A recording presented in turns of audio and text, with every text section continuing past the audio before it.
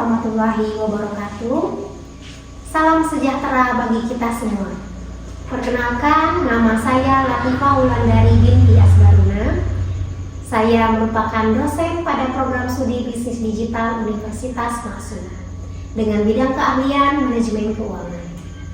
Pada kesempatan ini, saya akan menjelaskan teknik pengajaran saya dengan menggunakan metode DIA, yaitu Delivery Interaction Assessment. Pada kesempatan ini, saya akan menjelaskan salah satu mata kuliah saya, yakni mata kuliah manajemen keuangan dengan bobot 3 SKS, yakni 2 SKS teori dan 1 SKS studi dan diajarkan di semester 4. Adapun capaian pembelajaran mata kuliah ini adalah yang pertama, menunjukkan sikap bertanggung jawab atas pekerjaan di bidang keahliannya secara mandiri. Yang kedua, menguasai konsep teoritis secara mendalam tentang manajemen keuangan. Yang ketiga, mampu menunjukkan kinerja mandiri, bermutu, dan terukur. Yang keempat, mampu membangun karya disertai dengan perilaku yang sesuai dengan bidang profesinya. Selanjutnya, saya akan menjelaskan deskripsi mata kuliah manajemen keuangan. Mata kuliah ini membahas konsep dasar manajemen keuangan dan perannya dalam pengambilan keputusan keuangan perusahaan.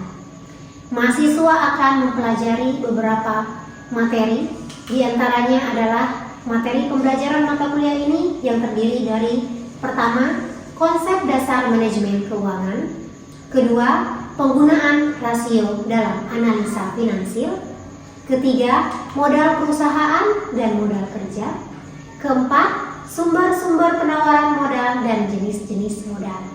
Yang kelima, biaya penggunaan modal cost of capital. Keenam, arus kas. Yang ketujuh, investasi dalam kas. Kedelapan, nilai waktu dari uang, time value of money. Kesembilan, analisis laporan keuangan. Kesepuluh, metode penilaian investasi dalam aktiva tetap. 11, analisa sumber-sumber dan penggunaan dana. Ke-12, analisis break-even point.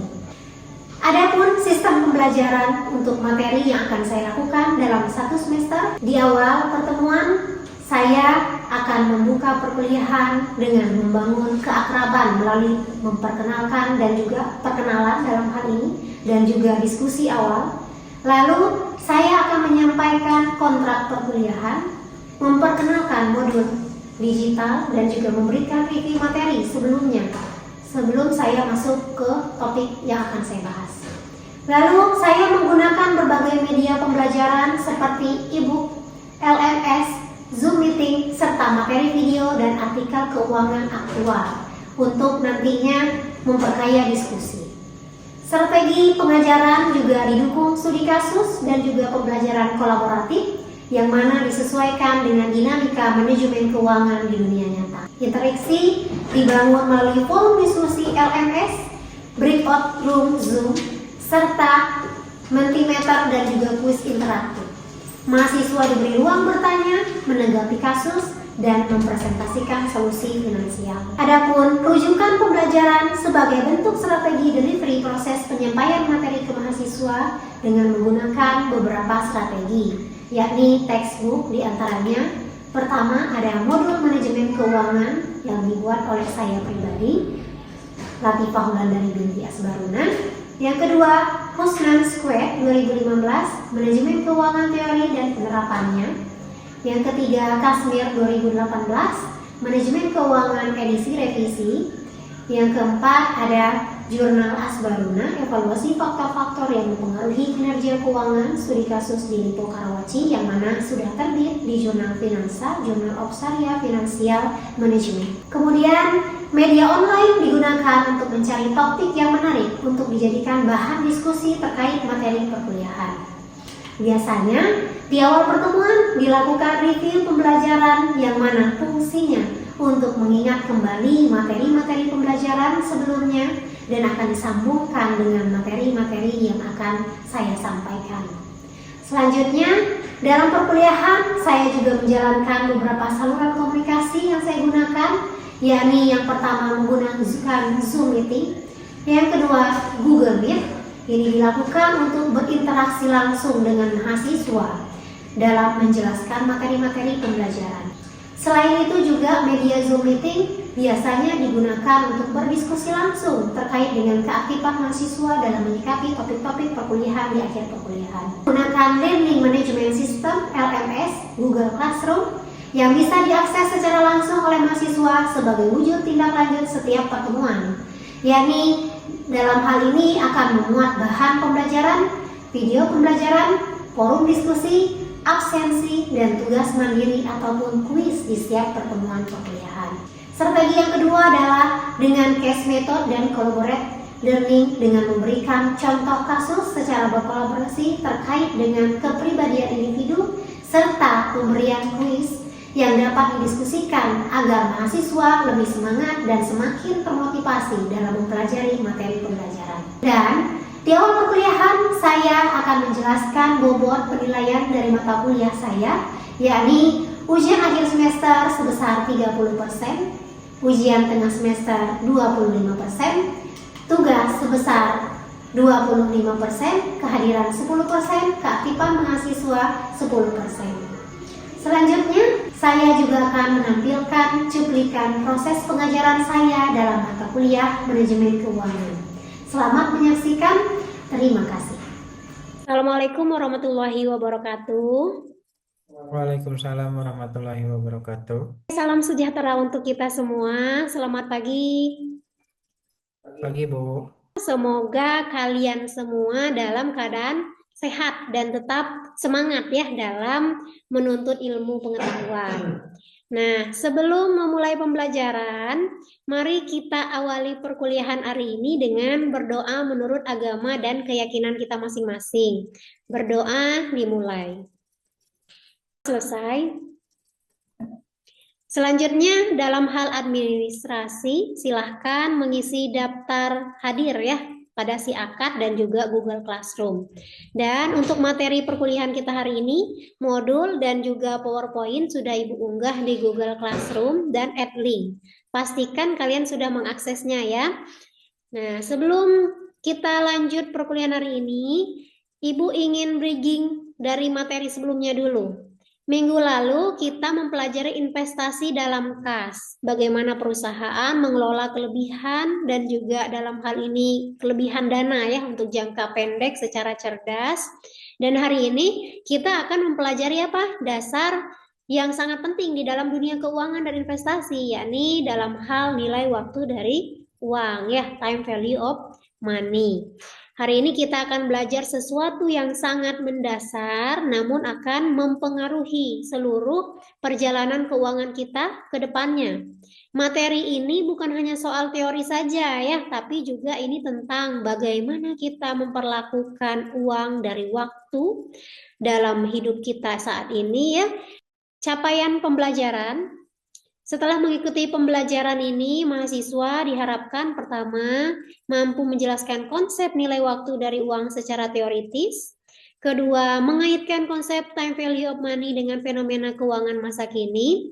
Ketiga, mengkritisi fenomena finansial yang terjadi di masyarakat dengan sudut pandang time value of money. Keempat, menganalisis studi kasus berbasis isu aktual tanpa perhitungan teknis. Ya, ini capaian pembelajaran kita.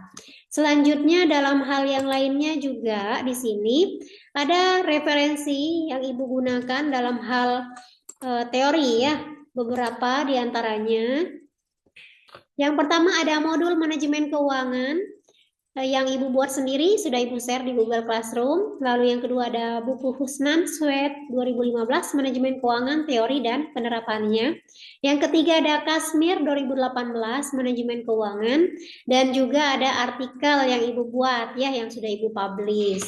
Nah, ada yang mau menjelaskan apa itu nilai waktu dari uang? Boleh? Ada yang Ada, Bu. Jadi konsep utama apa itu nilai waktu dari uang seperti ini. Misalnya Ibu tawarkan kalian uang 1 juta hari ini atau 1 juta yang sama di tahun depan, mana yang akan kalian pilih? Yang sekarang, Bu. Ya, pasti banyak dari kalian menjawab hari ini ya. Kenapa? Itu jawaban yang tepat ya. Itulah esensi tadi dari nilai waktu uang. Uang yang kita miliki sekarang ini nilainya lebih tinggi daripada di masa depan. Kenapa? Karena uang saat ini bisa digunakan untuk menghasilkan keuntungan ya, baik lewat investasi, bisnis ataupun juga bahkan untuk menolong orang lain ya. Uang itu bukan hanya soal angka saja. Uang menyimpan potensi dan kesempatan dan waktu adalah pengendali terbesar ya dalam hal dunia keuangan itu sendiri. Nah, apa itu nilai waktu dari uang? Nilai waktu dari uang adalah konsep dasar dalam manajemen keuangan yang mana menyatakan bahwa nilai uang saat ini lebih berharga dibanding nilai yang sama di masa depan. Kenapa? Karena uang hari ini bisa diinvestasikan untuk menghasilkan keuntungan ya. Jadi dalam kehidupan nyata kita melihat ya hari ini saat menabung di bank, nilai uang akan berkembang dari bunga. Kalau kita membayar cicilan, itu kita membayar lebih. Kenapa? Karena ada nilai waktu uangnya.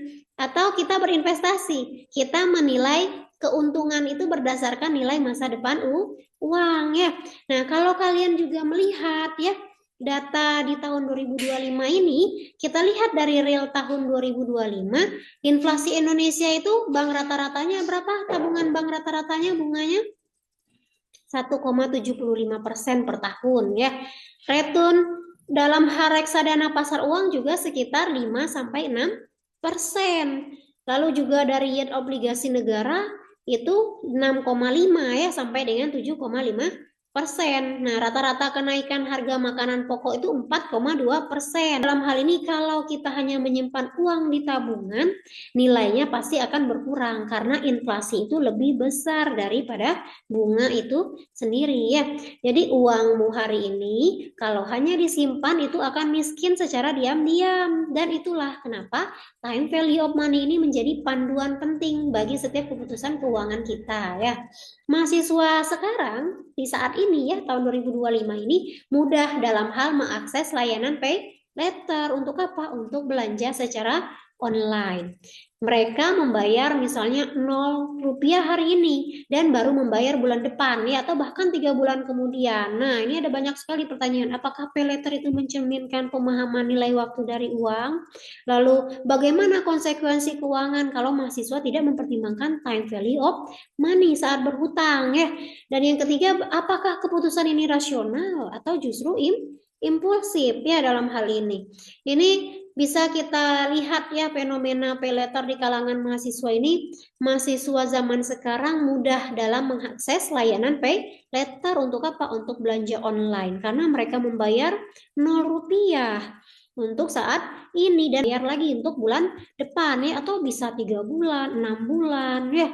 Nah, di tahun 2025 ini fitur pay letter itu makin menjamur ya. Bahkan 1 dari 3 mahasiswa itu sudah menggunakan pay letter. Cuman dengan 1 klik kita bisa beli HP, beli skincare, beli apa lagi? Tiket konser misalnya ya.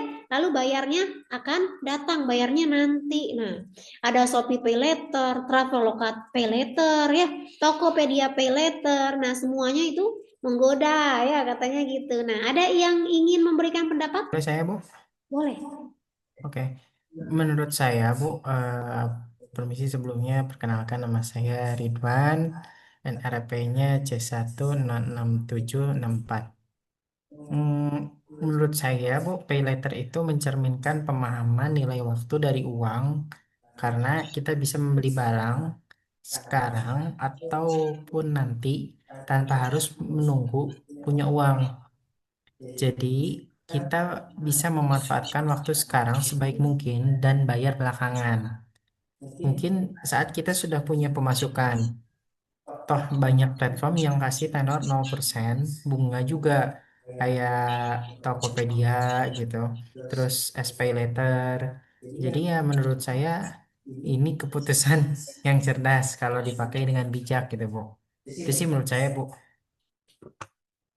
Ya, Apresiasi ya, terima kasih untuk jawaban yang kritis mewakili banyak mahasiswa saat ini. Artinya kamu peka ya terhadap perubahan dan mencoba untuk mengaitkan fenomena keuangan dengan konsep time value of money. Tapi juga perlu kita luruskan sedikit ya, dalam konsep time value of money, yang penting itu bukan hanya kapan uang dibayar, tapi biaya dan nilai real uang saat ini. Walaupun misalnya terlihat tanpa bunga, sebenarnya pay letter ini sering menyimpan biaya tersembunyi. Seperti apa? Ada biaya layanan, ya, ada biaya keterlambatan, atau bahkan penurunan daya beli akibat inflasi. Misalnya di tahun 2025 ini banyak mahasiswa yang tergoda promo beli laptop lewat pay letter saat misalnya Harbolnas misalnya ya, tapi ternyata karena bayarnya 3 bulan lagi, mereka justru membayar lebih mahal. Karena apa? Karena ada biaya admin, kurs naik ya, dan beberapa terpaksa gali lubang tutup lubang. Jadi kalau pay letter digunakan untuk konsumsi itu bukan aset produktif dan juga tanpa pertimbangan pendapatan tetap ya, dalam hal ini itu bukan keputusan rasional menurut prinsip dari time value of money ya. Nilai uang saat ini itu lebih berharga karena memang bisa digunakan untuk investasi, bukan untuk konsumsi ya. Kisah nyata di tahun 2025 juga salah satunya mahasiswa itu beli laptop misalnya 6 juta via paylater ya. Tanpa sadar karena biaya layanan 75.000 per bulan, setelah 3 bulan total yang dibayar jadi berapa? 6.225.000. Ini belum termasuk denda kalau nanti dia telat dalam membayar. Nah, ini uang yang ia bayarkan itu secara real nilainya lebih kecil, tapi beban yang dia tanggung sebetulnya lebih besar ya. Pay letter ini menciptakan ilusi kemudahan, tapi menyembunyikan resiko jangka panjang. Nah, time value of money ini bukan hanya tentang kapan kita bayar ya, tapi juga nilai real uang dan kesempatan yang hilang tadi karena uang itu tidak diinvestasikan ya. Ada banyak anak muda yang bingung lebih baik menabung atau investasi. Nah, menurut anak-anak ibu sekalian bagaimana? Ada yang mau memberikan jawabannya, lebih baik nabung atau investasi? Menurut saya memang menabung lebih aman karena uangnya tidak hilang ya Bu ya kalau di bank. Investasi itu beresiko apalagi untuk mahasiswa. Apalagi kan mahasiswa belum cukup. Mohon maaf kalau menurut saya mahasiswa rata-rata kan baru mengenal investasi. Dan yang ditahu investasi kan taunya eh, masukkan uang, menunggu pengembalian investasi, udah gitu aja gitu. Tanpa tahu resikonya seperti apa. Karena yang saya tahu dan saya baca bahwa risiko untuk investasi itu sangat besar kalau kita tidak mempunyai ilmunya dan juga kalau kita tidak mengecek latar belakang yang ingin kita berikan uangnya untuk investasi. Jadi menurut saya lebih milih nabung aja sih Bu, walaupun bunganya kecil gitu. Setidaknya uang kita nggak langsung hilang gitu kalau di tabungan. Cuman memang kalau resiko menabung kan eh, kalau kita nggak kuat ya tetap aja hilang juga uangnya. Itu aja sih Bu. Jujur ya jawabannya ya, dan itu kualitas yang sangat ibu hargai ya. Rasa takut itu manusiawi dan juga di sini Anda udah jujur ya menyadari bahwa memang keputusan finansial ini butuh pertimbangan. Good job ya. Kalau kita uji dengan time value of money, menabung ini memang menyadarkan bahwa keputusan finansial itu butuh pertimbangan. Nah, menabung ini memang aman secara nominal, tapi tidak aman secara real. Dengan inflasi 3,82% dan bunga hanya 1,75%, uang Anda bisa sebenarnya menyusut ya nilainya. Analoginya gini, tabungan adalah seperti menyimpan es batu di atas meja. Lama-lama mencair, sedangkan investasi itu adalah seperti menyimpan benih di tanah ya, butuh waktu tapi bisa tumbuh. Nah, dengan instrumen yang tepat seperti misalnya reksadana pasar uang, obligasi pemerintah, ya saham blue chip jangka panjang, investasi bisa memberi imbal hasil di atas inflasi dan juga melindungi nilai real uang itu tadi ya. Jadi time value of money ini mengajarkan kita untuk tidak hanya bertanya berapa uangku sekarang, tapi juga seberapa besar uangku nanti kalau bijak hari ini ya. Nah, itu untuk materi kita hari ini. Selanjutnya akan Ibu bahas ya kesimpulan dalam hal time value of money. Jadi time value of money ini bukan hanya soal hitungan, tapi soal keputusan dan kesadaran untuk menghargai waktu dan nilai uang. Siapa yang paham time value of money itu akan lebih bijak dalam mengatur keuangannya. Time value of money bukan hanya konsep teknis, ini adalah filsafah hidup keuangan yang mana mengajarkan kesabaran ya, karena nilai lebih besar datang dengan waktu ya. Dia melatih kita untuk berpikir, untuk jangka panjang, ya bukan hanya tergoda promo, diskon, atau juga cicilan tadi, dan juga membantu kita untuk menghindari jebakan konsumsi impulsif ya. Mahasiswa yang cerdas ini bukan yang punya banyak uang, tapi yang tahu bagaimana dan kapan menggunakan uang dengan bijak ya. Nah, sekian ya untuk pembahasan kita hari ini. Ada ingin bertanya, berdiskusi seputar materi time value of money ini? Boleh? Boleh Bu, saya Bu. Silahkan. Beberapa pertanyaan sama sedikit statement tentang materi kali ini karena ini sangat menarik bagi saya Bu. Yang dimana sebelumnya saya berpikir bahwa investasi itu apa ya sangat menguntungkan bagi kita semua untuk di masa depan. Tetapi di sisi lain ketika tadi menyimak materi ini ada beberapa yang harus kita siapkan dalam investasi tersebut. Nah, kalau kita melihat apa yang disampaikan Ibu pertama kali tadi bahwa lebih baik eh, menyimpan atau memanfaatkan uang sekarang dibandingkan dengan menerima atau memanfaatkan uang nanti gitu. Karena memang uang sekarang itu kan istilahnya sangat berharga daripada uang nanti. Contohnya kayak mungkin ada keluarga saya yang mana dia sempat menyicil KPR gitu Bu. Eh, Dia memulai cicilan KPR itu dari mulai 2005.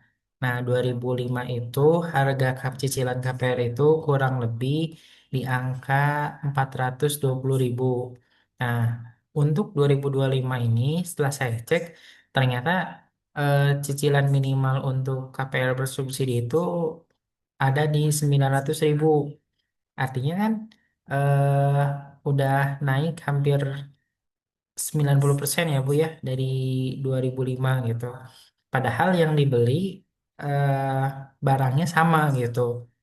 Yang dulu itu tipe 36/60 dan sekarang juga tipenya 36/60 gitu. Nah, apakah konsep time value money ini sama seperti tadi yang saya paparkan tentang cicilan KPR atau bagaimana ya Bu ya? Nah, dan juga tipsnya untuk kami sebagai mahasiswa agar bijak memanfaatkan uang tersebut, baiknya seperti apa ya Bu ya? Baik, terima kasih. Terima kasih untuk pertanyaannya, bagus ya. Pandangan terhadap kondisi KPR ya, kredit pemilikan rumah dari tahun 2005 sampai dengan 2025 yang mana melonjak ya hingga 900 ribu ya. Dalam hal ini perlu dilihat dari beberapa aspek ekonomi ya dan juga aspek sosial yang berubah signifikan dalam 2 dekade ini ya. Kalau kita lihat pandangan atas lonjakan harga KPR di 2005 ke 2025, pertama itu adalah kenaikan harga properti, hal yang umum tapi signifikan ya. Penyebab utama kenaikan itu biasanya bisa inflasi, kenaikan harga tanah ya, urbanisasi dan permintaan tinggi di kota-kota besar. Lalu juga material bangunan naik atau bisa misalnya pergeseran preferensi masyarakat, mau rumah modern, minimalis, nyaman, dekat fasilitas kualitas ya. Atau yang ketiga misalnya perbedaan generasi tadi. Generasi 2000-an itu bisa membeli rumah dengan satu sumber penghasilan. Generasi Z dan milenial sekarang itu harus punya strategi yang ganda ya, penghasilan tambahan, bahkan misalnya menikah untuk bisa cicil rumah bersama ya. Jadi tips bijak untuk mahasiswa hadapi tantangan KPR 2025 adalah ingat, kalian memang tidak bisa mengontrol harga rumah, tapi kalian bisa mengontrol persiapan untuk mulai dari sekarang ya. Pertama apa? Mulai melek investasi sejak mahasiswa. Sisihkan uang bulanan untuk reksadana pasar uang. Untuk apa lagi? Bisa untuk emas atau saham blue chip ya. Yang lainnya juga bisa misalnya gunakan aplikasi investasi yang legal ya, yang mana di sini terdaftar di OJK ya. Yang kedua bisa dalam hal bangun riwayat kredit dari awal. Punya kartu kredit itu gunakan dengan bijak ya. Bayar dengan tepat waktu. Ini akan membantu skor kredit saat ajukan KPR nanti ya. Nah, pikirkan juga side income sejak dari masa kuliah saat ini ya, kayak misalnya freelance, bisnis kecil-kecilan, jualan online ya. Nah, uang tambahan itu bisa nantinya kalian tabung untuk membeli DP rumah ya. Dan coba ikuti kompetisi bisnis seperti proyek dosen atau magang yang berbayar ya. Nah, yang keempat juga Ibu sarankan bisa gabung program tabungan perumahan, ikut Tapera, tabungan perumahan rakyat ya, atau program rumah subsidi dari pemerintah setelah nanti kalian bekerja. Dan yang kelima bisa misalnya dalam hal ini Ibu sarankan jangan terjebak gaya hidup konsumtif ya. Waspadai FOMO, gadget, nongkrong, pay later ya. Nah, itu hidup sederhana hari ini sama dengan punya aset besar di masa depan ya. Pilih tempat tinggal alternatif, jangan terpaku punya rumah di tengah kota ya. Mulai dari pinggiran, yang penting legal, yang penting aman ya, dan juga bisa naik nilainya. Bisa misalnya beli tanah dulu, bangun pelan-pelan. Nah, itu saran dari Ibu. Jadi KPR hari ini terasa berat, tapi bukan berarti mustahil ya. Jangan membandingkan diri kalian dengan generasi sebelumnya ya. Zaman kalian itu berbeda, tapi peluang kalian juga lebih besar kalau kalian lebih adaptif dan punya strategi. Jadi kalau kalian merasa takut nggak bisa beli rumah di masa depan, ubahlah ketakutan jadi tindakan ya untuk hari ini. Karena rumah ini kan bukan hanya soal tempat tinggal saja ya, tapi juga investasi masa depan dan juga warisan untuk keluarga kalian nanti gitu ya. Itu jawaban dari Ibu. Ya, makasih banyak Bu atas jawabannya dan sarannya. Ada lagi yang lain? Cukup ya. Materi minggu depan analisis laporan keuangan ya, silahkan dipelajari bentuk laporan keuangan dasar seperti neraca, laba rugi, arus kas ya. Nah, rasio penting seperti likuiditas, solvabilitas, profitabilitas ya. Kita akan belajar bagaimana membaca kesehatan keuangan sebuah perusahaan, yaitu untuk materi minggu depan. Nah, mari kita akhiri perkuliahan kita hari ini dengan doa agar ilmu yang kita peroleh bukan hanya menambah wawasan, tapi juga mendewasakan kita di dalam mengambil keputusan keuangan yang lebih bijaksana ya. Berdoa dimulai. Ya, berdoa selesai. Sedikit motivasi ya, kita tidak bisa ya mengulang waktu, tapi kita bisa mengelola uang. Dan dengan memahami nilai waktu uang, kita sedang menyiapkan masa depan kita, bukan sekedar bertahan, tapi juga bertumbuh ya. Mahasiswa yang cerdas keuangan adalah mereka yang tidak hanya melihat kemudahan hari ini, tapi juga nilai jangka panjang dari setiap keputusan finansial ya. Baik pay later, menabung maupun investasi, semuanya bisa menjadi keputusan bijak kalau dilakukan dengan pemahaman konsep nilai waktu dari uang. Nah, sekian ya. Wassalamualaikum warahmatullahi wabarakatuh. Sampai jumpa di pertemuan selanjutnya. Demikianlah cuplikan proses pembelajaran yang saya laksanakan pada mata kuliah manajemen keuangan.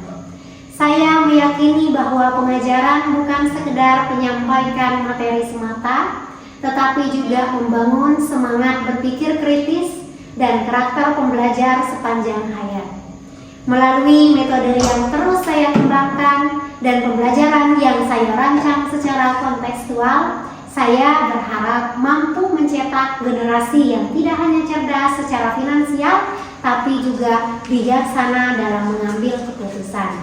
Karena pada akhirnya tugas kita sebagai pendidik bukan hanya mencerdaskan pikiran, tapi juga menyampaikan harapan. Terima kasih atas perhatian dan kesempatan yang diberikan. Semoga karya dan dedikasi kecil ini dapat memberi arti. Wassalamualaikum warahmatullahi wabarakatuh.